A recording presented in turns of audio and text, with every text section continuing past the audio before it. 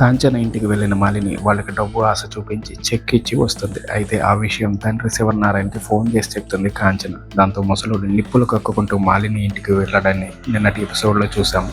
కార్తీక్ సూరజులను తీసుకుని దక్షిణామూర్తి రా బయటికి అంటూ అతని ఇంట్లోకి దూసుకొని వెళ్తాడు శివనారాయణ.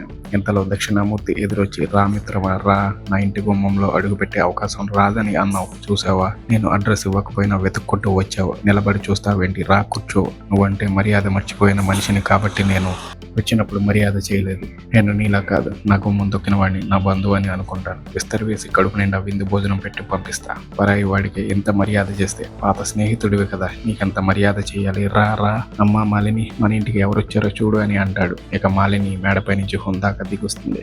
ఎప్పుడొచ్చారు బాబాయ్, రండి కూర్చోండి అని అంటుంది మాలిని. కోపంగా మాలిని వైపు చూసిన శివనారాయణ, రే కార్తీక్, ఆ ఫ్రూట్స్ టేబుల్ పై పెట్టు అని అంటాడు. ఆ చెక్ ని కూడా అక్కడే పెట్టాయని ముసలోడు చెప్పడంతో మాలినికి ఎదురుగా టేబుల్ పై పెట్టేస్తాడు కార్తీక్. వీటిని చూడగానే నేను ఇక్కడికి ఎందుకు వచ్చాను, ఈ పాటికే మీకు అర్థమయ్యి ఉండాలి, నేను వచ్చింది కూర్చోవడానికి కాదు అని అంటాడు శివనారాయణ. ఆ మాటతో మాలిని, మీ తాత అలాగే అంటాడు కానీ రే కార్తీక్, నువ్వు కూడా ఏంట్రా ఏదో పరాయి వాడిలో నిలబడే ఉన్నావు, ఇది మీ తాత ఇల్లు, నీ ఎదురుగా నిలబడి ఉన్నది నీ పిన్ని, ఇది నీ ఇల్లే అనుకో అని అంటుంది. ఆ మాటతో కార్తీక్, నేను వచ్చింది మా తాత కోసం, ఈ ఇంటితో కానీ ఈ ఇంటి మనుషులతో కానీ నాకు ఉన్న సంబంధాలు గుర్తు చేసుకోవడానికి కాదు అని అంటాడు. శభాస్రా మనోడా, నీ మాట తీరు బాగా నచ్చిందిరా అని అంటాడు దక్షిణామూర్తి. నేను వచ్చింది మీరు ఇచ్చింది మీకు తిరిగి ఇచ్చేయడానికి అంటూ కాలు మీద కాలు వేసుకుని కూర్చుంటాడు శివనారాయణ. గతంలో మన కుటుంబాల మధ్య జరిగింది ఏంటన్నది ప్రస్తుతం అనవసరం, బంధాలు వద్దనుకున్నాం, విడిపోయాం, మీరు ఎదురుపడినంత దూరం వచ్చేసి నేను వ్యాపారం మొదలు పెట్టాను. ఇప్పుడు నేను ఏంటో, నా స్థాయి ఏంటో నా చేతిలో ఓడిపోయిన మీకు బాగా తెలుసు. కానీ ఇప్పుడు మళ్ళీ నన్ను వెతుక్కుంటూ వచ్చారు, నాతో పోటీకి దిగారు, అడ్డదారిలో గెలవాలని అనుకున్నారు,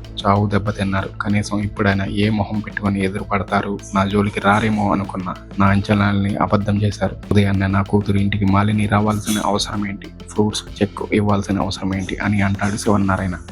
నీ కూతురు ఆ పరిస్థితి చూసి జాలేసింది అని అంటుంది మాలిని. అలాగని నా కూతురు చెప్పిందా అని శివనారాయణ అంటే, ఆమె కష్టాలు తెలుసుకోవడానికి చెప్పాల్సిన పని లేదు, కళ్ళు ఉంటే చాలు అంటూ ముసలాడు కళ్ళు తెరిపించేటట్టు మాట్లాడుతుంది మాలిని. ఆ వీధిలో అలాంటి ఇల్లు చాలా ఉన్నాయి కదా, మరి అక్కడికి ఎందుకు వెళ్ళలేదు అని అంటాడు శివనారాయణ. కాంచన నాకు వరుసకు అక్క అవుతుంది, ఆ వరుస కలిపే అధికారం నా ఆడపడుచు సుమిత్ర ఇచ్చింది అని అంటుంది మాలిని. ఆ మాటతో శివనారాయణ, నీ ఆడపడుచు తండ్రిని వద్దనుకున్నప్పుడు ఆమెతో నీకేంటి చుట్టరికం అని అంటాడు.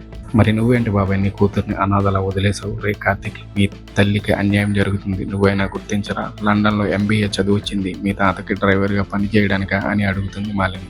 నేను పని చేస్తున్నది నా వాళ్ళ కోసం, ఎవరి కోసమే కాదు, నాకు నచ్చినట్టు నేను బతుకుతున్నా, నన్ను జడ్జి చేయాల్సిన అవసరం లేదు, నా ఫ్యామిలీ కోసం ఏదైనా అవుతాను, ఎవరేమనుకున్నా సరే మీకు నమస్కారం, మమ్మల్ని ఇలా వదిలేయండి. ఇదే మాట నేను మా ఇంటి దగ్గర కూడా చెప్పగలను, కానీ నా తల్లి కోసం ఆగిపోయాను అని అంటాడు కార్తీక్.